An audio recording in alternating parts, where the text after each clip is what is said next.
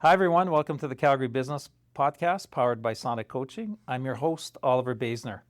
I'm really excited, actually, because with me today is the Executive Director for Generations here in Calgary, Safiqa Kara, who was also named Top 40 Under 40 last year by Avenue Calgary.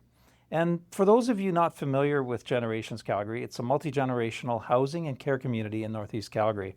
It's designed to bring seniors, families, children, and the community together in one shared space. So first of all, congratulations on Top 40 Under 40 and welcome. Thank you. So let's jump right in if you're okay with that. Let's get going. So you trained to be a nurse. So how'd you go from nursing to the top job of Generations? Wow. Honestly, I'd say I've had a pretty lucky and in opportunities that I've been able to have. I'm not one of those people who say nursing was my calling. I went into nursing initially because it was an opportunity that came up and thought I'd like it and fell in love with the idea of the relationships you could build and the diversity of healthcare you could impact as a nurse. I did a bit of a whirlwind. I graduated as a nurse, worked in Strathmore and Emerge in acute care, and then went and did my master's in global health and nursing and took off and spent the next 7 years doing international development and mostly centered in health, program impact, quality monitoring. I got to go to Central Asia, the Middle East, East Africa. Wow. Yeah, it's been a wild journey. And then an opportunity came up about 7 years ago that kind of, I guess Generations is the nexus of everything I'd done. This nonprofit world of international development, complemented by my nursing skills. And I'd always loved my geriatric and senior placements. Like that was the first job I got out of university. And I just loved having these conversations with individuals who had lived so much life. And so it just seemed like a natural fit to bring what I'd learned abroad and balancing in my Canadian experience as well. Well, that's quite the journey. Yeah. So it sounds like whenever opportunity knocked, you sort of opened the door and walked through it. Yeah, I've been lucky. There's been lots of doors that have been opened. I've met some wonderful people along the way. Lots of wrong doors that opened and I also went in. We've all done that. Exactly, and it's been a really big opportunity, and then done some schooling along the way, finishing my MBA to kind of build up the acumen that I maybe hadn't theoretically learned and could apply to our role here at Generations Calgary too. Wonderful. I know Generations is very much connected to the Ismaili Muslim community. So tell us about that and what was the inspiration behind Generations? Yeah, so Generations Calgary, we've chatted about it a little bit right now, it's a nonprofit. Mm-hmm. Its roots started in 2008 when the former Aga Khan, Shah Karim, had 50 kind of global challenges during his Golden Jubilee. Right. And one of them was to improve the quality of life of the elderly. One of the pilot projects that was submitted at that time was this concept of generations. So creating a campus of living where we really are focusing on quality of life and improving access to community, reduction of isolation for those that as we age. So continuing this aspect of growing in community, or it takes a village to raise a child just as much as it takes a village to allow someone to age gracefully and with dignity. And so fast forward, Calgary becomes the pilot site.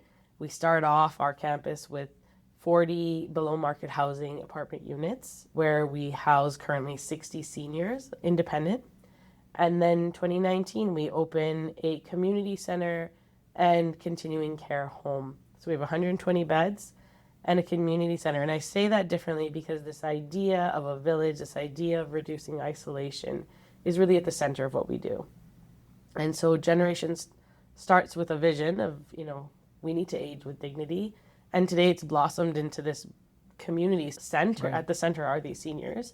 And we really focus on building purpose, connections, and possibilities. And, we're working with researchers now to identify how we've been able to create purpose through culturally relevant care, multi-generational interactions. And we're showing higher quality of living, more joy, more happiness, and longer lives, which is huge and very impactful. That is huge. Yeah, it's been fun.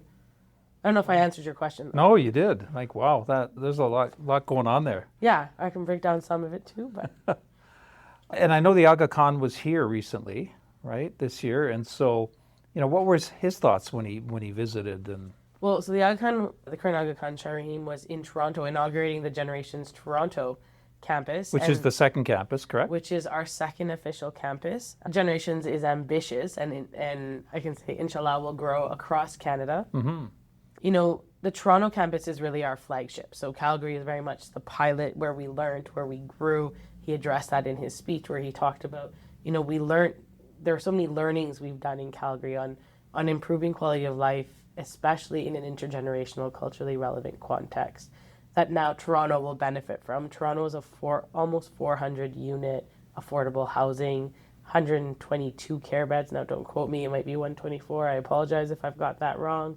They also have an early childhood center. They have community spaces. They'll have a mosque or Jamaat Khana. So, you know, we've learned all the good things of Calgary, built it into this beautiful building in Toronto that will welcome its first residents in the next couple of months. So definitely exciting for the amazing volunteer team that's been putting it together. Super exciting. Yeah, it's been a wonderful, and it's definitely a labor of love. There's so many dedicated volunteers who have put their love, sweat, years of work into getting both of these organizations up and running, and staff who are committed to their success long term. So it's been a really cool endeavor that way. You know, I've been to Generations Calgary, as you know. You gave me a tour, and you know, I was blown away. Just you know, it's not your typical, how do I put it, sterile institutional environment. You've even got a bistro there now, and you know, and I even joked with you, you know, go find me a little closet in the corner somewhere when it's time, right? Because I want to be in, you know, even if it's the smallest tiny little closet room, I'll be there, right? But it's not only is it multi-generational, but it also seems to be multi-ethnic, right? Yeah, it's quite diverse. I mean, pluralism is the heart of Canada, heart of what we do. We do serve, I'd say, majority South Asian population. And when I say that, I don't mean a homogenous South Asian population. We have pretty much every community you can imagine in South Asia, every country, every religion, every faith. And then we also have a very diverse population otherwise. And I think that is something that we take really importantly, is that everyone should feel welcome at Generations. As you know, everyone you walked in, the space you walk into our rotunda is grand and beautiful. It is. But it's adorned with this beautiful, repetitive pattern, often seen in Islamic architecture, geometry, that carries throughout the building. But it's done in such a way that everyone feels special and everyone can relate to it, even to the artwork. So the artwork was actually commissioned by local Calgary artists when we opened. So I think there's about 50, 60 artists who were commissioned to do volunteer work. So they were provided with supplies, did this all out of their own love for what we were doing. Wow. And there's scenes from everywhere in the world. And so the idea is that everyone, when you walk in, you feel at home. It doesn't matter if you grew up, you know, in the UK, you grew up in Canada, you grew up in East Africa, you grew up in India, Afghanistan. You see yourself in the art, you see yourself in the design, you see yourself in every aspect of that building, and you're not isolated from that instant. This is your home. And often that's what we hear from our residents or visitors is, I just feel so at home here, or I feel comfortable. And they've been there for such a short time. And so that really is a big part of, you know, embracing diversity, but also having diversity exposed in what we do and how we do it. It also allows us to have like different languages. So, you know, we provide care in the languages the residents want. Our meals are diverse. So we have South Asian options, we have Western options. We just had a meal committee where, you know, one day it was too salty, one day it was too spicy, but, you know, coming to a consensus with a diverse group on what they want to eat 3 times a day is no easy feat, but something we look forward to. Can't really make everybody happy every day, right? No, you can't, but you try your hardest, and everyone has their own recipe, so we're trying to incorporate those in now, too. Tell me a little bit about the bistro, because I know that's been your brainchild, and that just opened recently, and, you know, and of course you're hoping the community's going to come out and have coffee there and come visit, right? So I think it's been a little bit of a labor of love for a lot of us for a lot of years. I had this brilliant group of 3 volunteers that helped me to get it started, and I can't praise them enough. And they is as if this was their baby. So, you know, I really appreciate them. But the idea has always been to create a space for dialogue, for open connections, for people to come and just have a space where they belong. And I think that goes for the broader context as well. We'd struggled during COVID, obviously, to not open it. It didn't make sense, as care homes weren't the place people were hanging out at that point. Right. But coming out of it, you know, we really wanted this place to be a hive. And so we had a local artist come and start a mural that the residents chose, and it turned into a community project where residents and families had tiles and they painted them in the wall. So you've seen the wall. It's like a brilliant mosaic. Beautiful. It's stunning. We wanted a place where there's affordable meals for seniors that were high quality. They're all cooked in our kitchen. They're food that people like, so some of it isn't always, the most, I'd say, like, nutritious in mind, but it's Right. made with nutritious ingredients. We know what goes in it. We know it's available.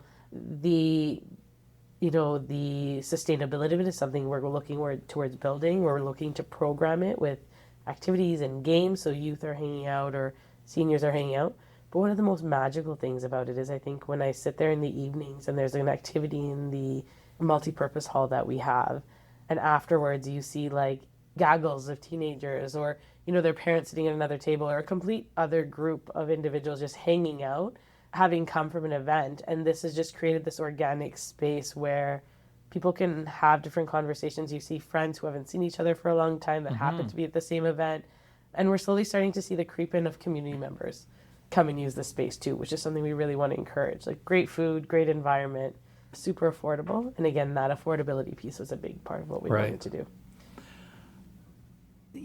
Talk a little bit about, integrating, children, families, seniors all into one campus. That must come with its own set of unique challenges. I think, organic, when we think about intergenerational, I think generations before us have always lived in these intergenerational families and communities. And Right. as I've grown up in Canada, or as our societies evolved, sometimes, we visit our grandparents, but we don't live in these like multi-family households anymore.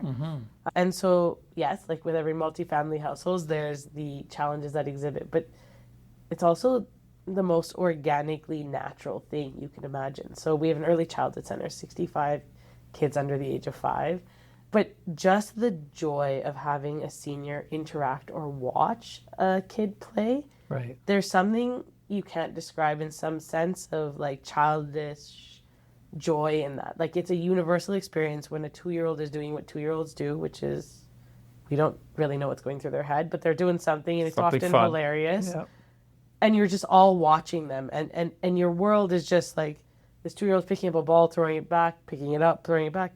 And you can just see them overcome with this sense of like pride and joy and wanting to be around them. And when His Highness opened the Toronto Centre, he said, we aging with the laughter of children around us. Like that has such big impact to our cognitive skills, to our ways we continue to communicate. Right.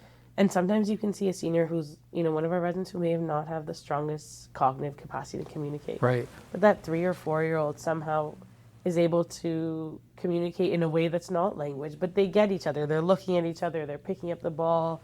They have something in their hand. They're trying to bribe them to come to them. And they are having this entire conversation without having a conversation. So I think really, rather than challenging, our biggest challenge has been how do we build what's been built so organically, but how do we like fast track it? How do we create more meaningful engagements that aren't as passive? I think I like to talk about one or two stories is we've had a few, I call them preteens, but now they're full-on teenagers. They joined us when they were about 11 and 12, and they used to help us with portering. So they brought residents down from their rooms to when we had mosque on Fridays or Saturday, or Jamaat Khana. It's been 4 years. They continue to bring their parents every Thursday, Friday, Saturday, Sunday. They're the drivers of this volunteer work.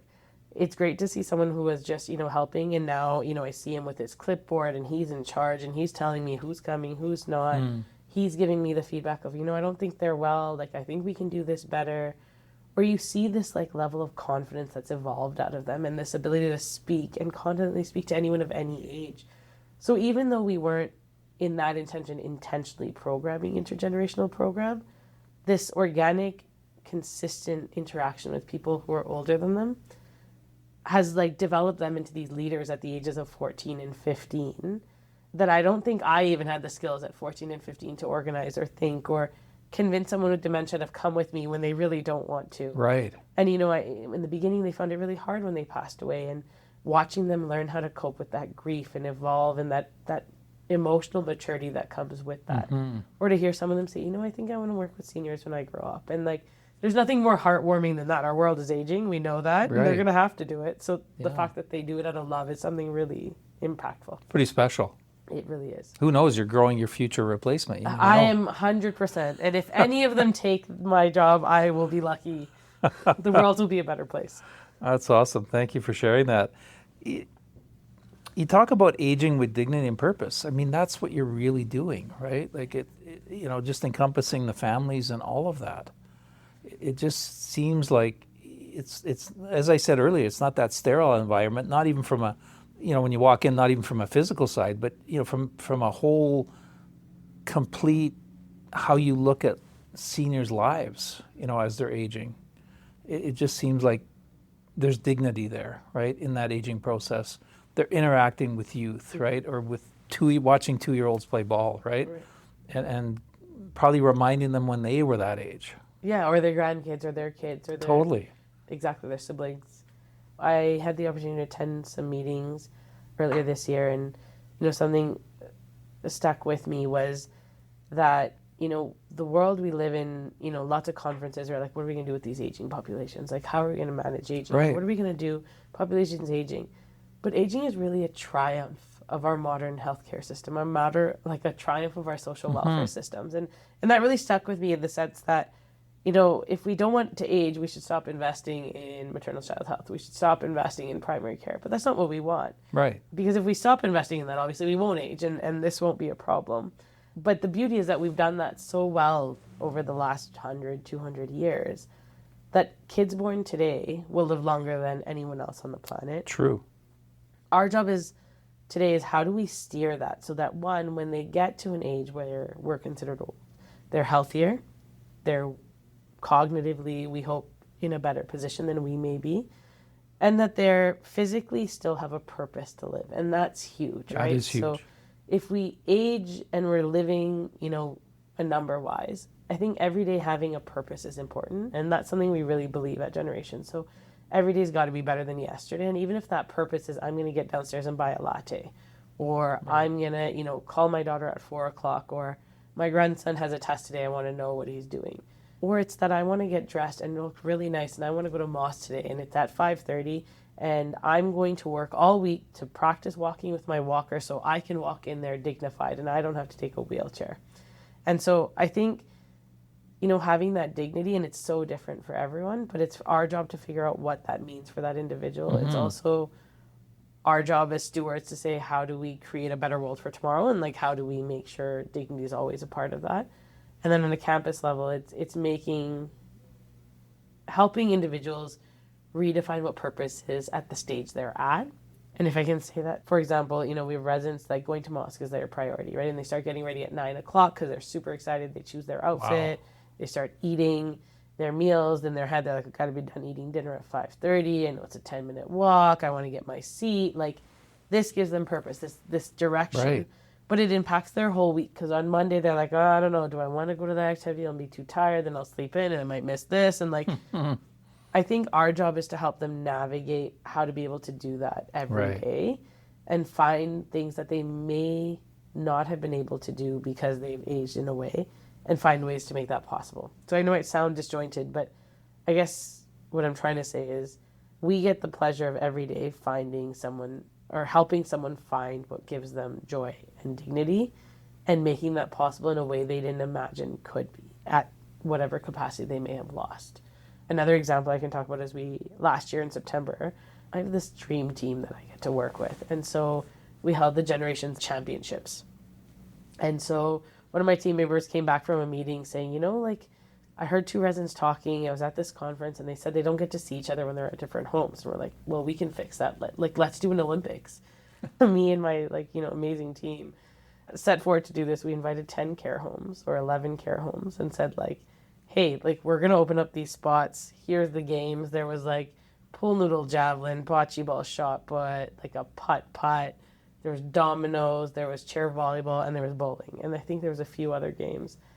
And we're like, you sign up whoever you want. We'll make this day happen. We'll have lunch. We'll do it all.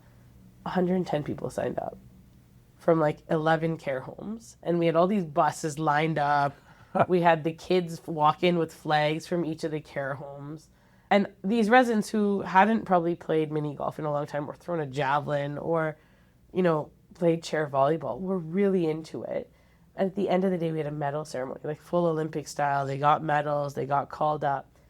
And to hear their comments of like, I can't wait to tell my grandson, like, I just want a medal in golf. Like, they went, other homes messaged us saying they wore their medals to sleep and continued to wear them for the next day. And everyone they saw, they told them they got a medal. Where they all had shirts that said champion at the back, and we had made this Generations Championship logo at the front. They wouldn't take them off. They're like, nope, I'm going to rock this. So I think we got, for that day, they had a purpose, and they trained for 3 weeks before. Like, they were like training and for the Olympics. practicing. They were training and practicing. And it's like May, I just got an email, hey, you guys are still doing this in September again, right? Like, our teams are like ready, and like, can you give us the like list of sports so we can get them ready for September? When I talk about purpose, it's that. It's how do you still do things that are meaningful in a way that's adapted to what you need it to be? That's pretty special. It was pretty fun. Yeah, I can't wait to hear about, now it'll be, 30 homes. I'm a bit terrified at how we're going to manage. Our team was already brainstorming, like, hey, this time, everyone does all sports and we cycle through them. Yeah. But it's going to be something exciting, and we're already putting it in the calendar and finalizing the day so we can get started a bit earlier this year in planning. That's fantastic. Congratulations. I mean, you've created something that who knows where this will go, right? And again, it's an amazing team I get to work with that really puts their heart and soul into this every day. Let's talk about seniors, because I really think sometimes, the nuggets that we can glean from seniors and the learnings, and they've experienced life and they have such wisdom, I think sometimes it's undervalued, right? And so, Absolutely. What's the most surprising thing that seniors have taught you about life? That's a big one. I think they've taught me patience in the sense of, I think we're always in a rush to do the next thing, or always in a rush to get where we're supposed to be going. And they've taught me in some ways, as you know, I'm not very good at slowing down. But we have that in common. Yeah, exactly. They've taught me that like it's okay to be patient and wait and not always look for the next thing right away, and allow things to sit. I'll have to tell them like, okay, come on guys, like we gotta go. And they'll tell me aste, which means like slowly, slowly. Or my grandpa used to say pole, which in Swahili is slowly, slowly. And they're like, we're still getting where we're going. Like 30 seconds isn't gonna matter. And like, so I think in that way, they've taught me the patience to let things unfold and be, as long as there's still like a direction. So I think that's what I've gained from them is the world will work out. Things Right. are like, you put that plan into place.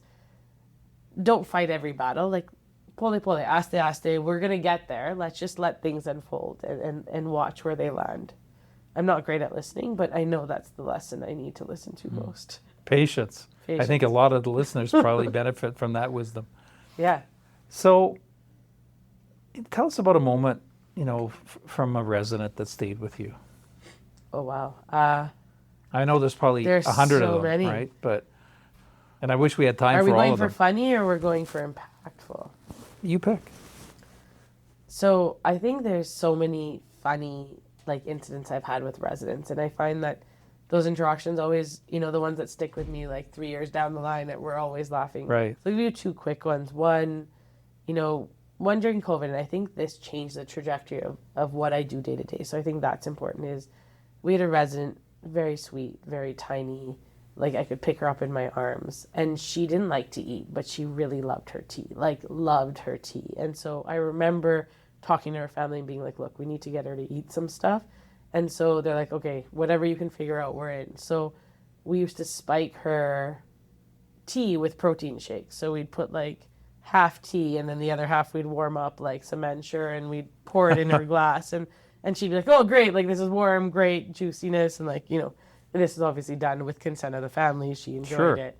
But she didn't really like to eat. And so like, working with her family, be like, she likes mango juice. Great. Every time this woman wanted mango juice, we gave her mango juice. But then COVID came around, and, things happened. And this was in the early days of COVID. And she got sick with COVID. And we were at the point where we didn't really know, I think globally, how do we keep people safe? So, we were isolated. Families weren't allowed in at that point. And she got sick, and we didn't let her family in. And when she passed away, I think it was one of our first ones, I remember, being there in the room and thinking, it's not right that I'm here and her family's not here.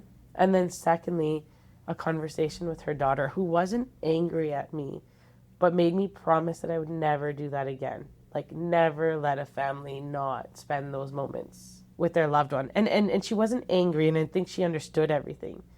But in that moment, that emotional piece that I felt, the validation of it was like, I can't do this. Like, we got to find a way. Right. And I think even today, like, I think about that story often in our actions is, how do we, you talked about this intergenerational, how do we make sure we keep that bond with families? And what is our job in cultivating that bond, advocating for patients, advocating for residents and families? But when I think about that story, I like still think about her all the time. And I think about that promise I made to that daughter to be better every day. Like, Right. our job is to cultivate that. So, I think it changed to how we approach palliative care today. We really work with our families. We've started inundating families with knowledge. And so what I mean by that is every 3 months in long-term care, you do an assessment, like everything from how they move, walk, talk, everything. Right. And these are like big jargony assessments that families don't always need to know, but we've turned them into these like palatable, easy to see changes. So mom won a score of 3 to 4 on walking. This means she's walking a little bit less, like very simple English. Every 3 months, families get these reports. And then they also get a score, like a palliative hospice score. So it's like 100% you're full living, 0 you've passed. Right. And then a score in between is kind of like your life score. And I know that sounds kind of hard, but what we've learned and what this residence taught me over the years is that our job is to facilitate knowledge to that family so they can make the right decision at the right place. So if I know mom is declining, and mom's life score is 50%, I'm going to make decisions that are right for mom with mom at 50% and with that knowledge, rather than for mom assuming different things. So I think, what I learned, and her name was Jenna Bai, taught me was that we have to find ways to keep families engaged, knowledgeable, and aware so that we can help them at the end, because that's what we get the blessing to do, is we're with families so they're at the end of their lives, to make that meaningful and dignified for both the family and for the one individual where we get the opportunity to care for. Yeah, it's thank you for sharing that. It's a beautiful story and a great takeaway. I lost my mom a few years ago, and having that. Thank you. I mean, having had we had kind of a metric even at that point, it would have been helpful. Yeah. Right? Like mom's not at 100, mom's at 40 now, right? For instance, right? And that's something we've learned and evolved as a group. And just to add to that, it's so hard to make decisions for quality of life when you don't have a metric. Like, we don't have a score, like a life score. No. And so I know it sounds like we're almost gamifying it, but there's clear parameters of like, it's very simple. We do it with families. But it allows you to say, okay, mom's at 50%. When we do it again in 6 months, mom's at 30%. And it really allows like one family to start preparing for what may come. Right. But also we find that families sometimes, or residents, make decisions based on longevity and not necessarily quality of life. Right. But when we know what our battery power is, I can make decisions based on the battery power, right? Like if I have my cell phone and I have 30% battery, I can afford to play, Candy Crush or play out a few more games and still get my GPS to go home. I'm on 3%. Well, what do I really want to do with 3%? Do I want to get home or do I want to play Candy Crush? And it might be that I want to play Candy Crush, and that's a choice. I get to make it. Yeah. But it allows us to make better decisions. And I say, I want 4 glasses of orange juice in the morning. Well, I still have lots of life ahead of me. Well, maybe let's cut that down to 2 glasses of orange juice. But I'm near the end and 4 glasses is what I really want. Great. We can help you to manage those 4 glasses of orange juice. Right. So it's about making those decisions. Well, and I really believe as humans, we always think we have more time than we do, right? So if mom now is at 30%, then I know, well, you know what? I may not have that much time left with mom. I'm going to come visit, or I'm going to do something different in my visits. It's not necessarily come visit, or I'm going to have different conversations, or that list of questions I've been meaning to ask. I'm going to ask them. I need to know about my, my family, my heritage, maybe, right? Exactly. Yeah. Or like, what does mom want? And the questions you're always too shy to ask your mom or your dad as you're younger. Now they're like open books and often very happy to share. Right. And so it's a really unique, like I think overall we get to be in a really cool space, and I get to work with both families and residents and teams and my staff, volunteers, to really I think when it got the top 40, I talked about like having residents for the last 500 days of their lives. Right. And our job is to make every one of those 500 days amazing, because there's 499 and 498. And there's not that many places you get to work where your job is solely to make every day the best day it can be. Right. And so it's really it's an amazing place to be, but we're also working to bring the family on this journey with us, because that's the one that it's hardest for. Thanks for that. As I'm listening to you, one thing that comes to mind is, and I'm sure our listeners are going through this in their own respective businesses, right? Like there's so much to balance. There's so many pulls on your time. I mean, you're providing leadership to your team, dealing with emergencies, dealing with families. I mean, I could go on and on. There's probably 1,000 things you're dealing with all the time. How do you stay focused on the mission? How do you stay, because all that other stuff is noise and can pull you away from things, right? Yeah, I mean, I struggle with it as I think all of us, what's the right thing to focus on? I think one, and I'm learning this as I age into my 40th year, really building a team that you can trust and takes on their own challenges and prioritizing. For me, it's the bigger picture. Like, we talked about earlier, it's this idea of aging in a community surrounded by youth, multi-generational environments, intergenerational. How do we build communities? And so kind of that's the North Star. And so how do I prioritize to get us to that North Star? Right. I think day-to-day prioritization, sometimes I get to work a lot with residents and families, and it's hard not to always be that compassionate, and that sometimes that's where I want to be and I need to be out. So I don't know if I have the perfect answer for you. I think it's a work in progress. It's a work in progress, one I'm learning every day, and definitely hoping at one point to master. I know for me right now, it's building these amazing teams that allow us to do so much of what we do.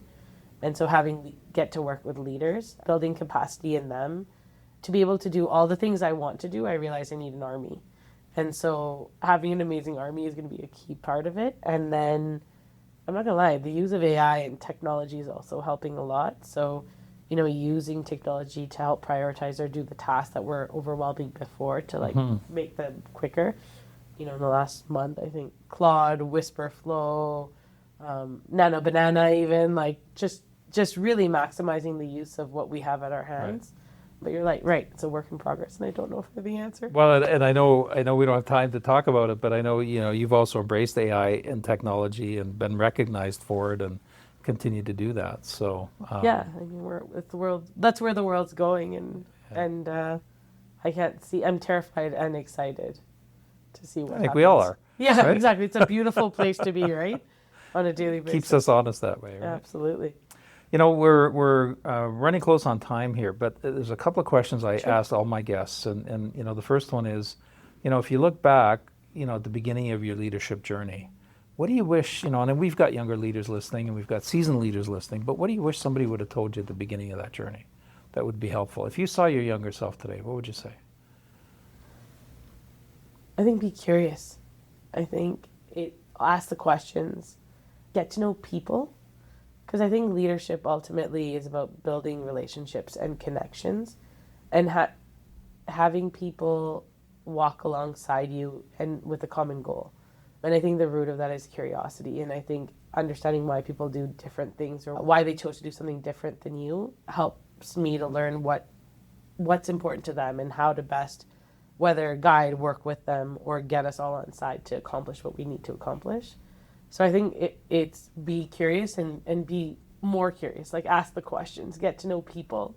Processes you'll learn, but it's the people that you need to understand and keep them at the center of what you're doing. Because if you're not doing what's right for them, you're not going to get them very far. So be curious, get to know the people you work with. Love that. And really none of us got to where we are today without the help of those people along the way, right? Absolutely. Somebody took us under their wing, somebody who shared a tip or a tidbit. Correct. Yeah.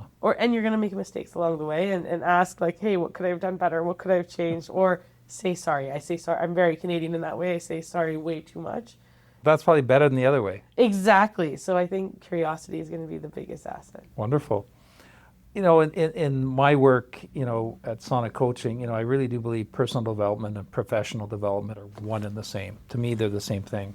And so, what's a favorite book or a tool that you found that's helped you along the way? Ooh, that's a tricky one. I think when I think about a tool, I've in the last couple of years started when I've attended something that's been meaningful or brought in some, like for example, I attended a conference this weekend that was on global health, and there were leaders, from across the world, and mostly UK, Canada, Pakistan, the US, is taking time afterwards to reflect and write notes about the things I took away, and then separately, what are the things I want to do because I took it away.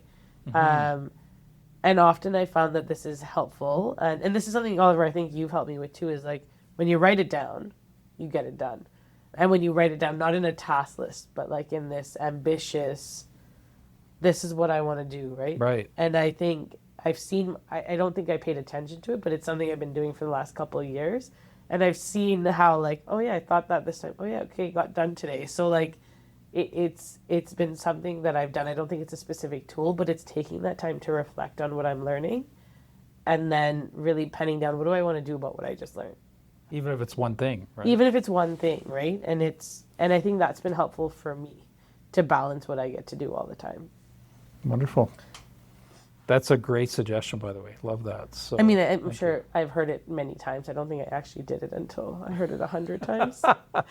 Well, hopefully somebody's Now hearing it's stuck, it the 100th time. This is their 100th time, yeah. Perfect. You just shared so much about generations. The one question I have is if somebody wants to volunteer or do more, how do they do that? Absolutely. Please get in touch with us. I don't know, do you want me to share my contact on the podcast or? Yeah, or even the website yeah, or something. generationscalgary.com. We have info at Generations Calgary as well. You can send us an email. We're always looking for amazing volunteers, whatever talents you have. We're happy to, get you to engage. We're also happy to build like future leaders of tomorrow if this is something you're interested in. Actually, this is great timing. We just got the Canada Youth Employment Federal grant for some positions. So that's great. We're looking for some youth to engage somewhere where we can help you grow your resume, your capacity, your skills. And in return, we're looking for you to contribute your skills. We're getting a community garden started. So if you have some really good gardening skills, we could also use some help. You don't want me. The joke in my office is I even killed a Lego plant. Oh, geez. So. Okay, yeah. So maybe not Oliver, but if anyone out there is interested, yeah, help us make a community garden. Excellent. Well, you know what? I could go on for another half hour, chatting with you, but you've shared some wonderful things about what the great work that you're doing at Generations, you and your team and the volunteers, and also some great tidbits and nuggets for our listeners. So thank you for that. No, anytime. Thanks for spending the time with me. So you've been listening to the Calgary Business Podcast powered by Sonic Coaching, and I've been chatting with Safiqa Kara, the Executive Director over at Generations here in Calgary, and if I can share with our listeners, because I happen to know this, so I know Toronto's open. Vancouver's next, isn't it? I hope so. Fingers crossed. Yeah, we're anticipating Vancouver coming up real soon here. Wonderful. So thanks again, Safiqa, and all the best in the future. Thank you. Thanks for having me.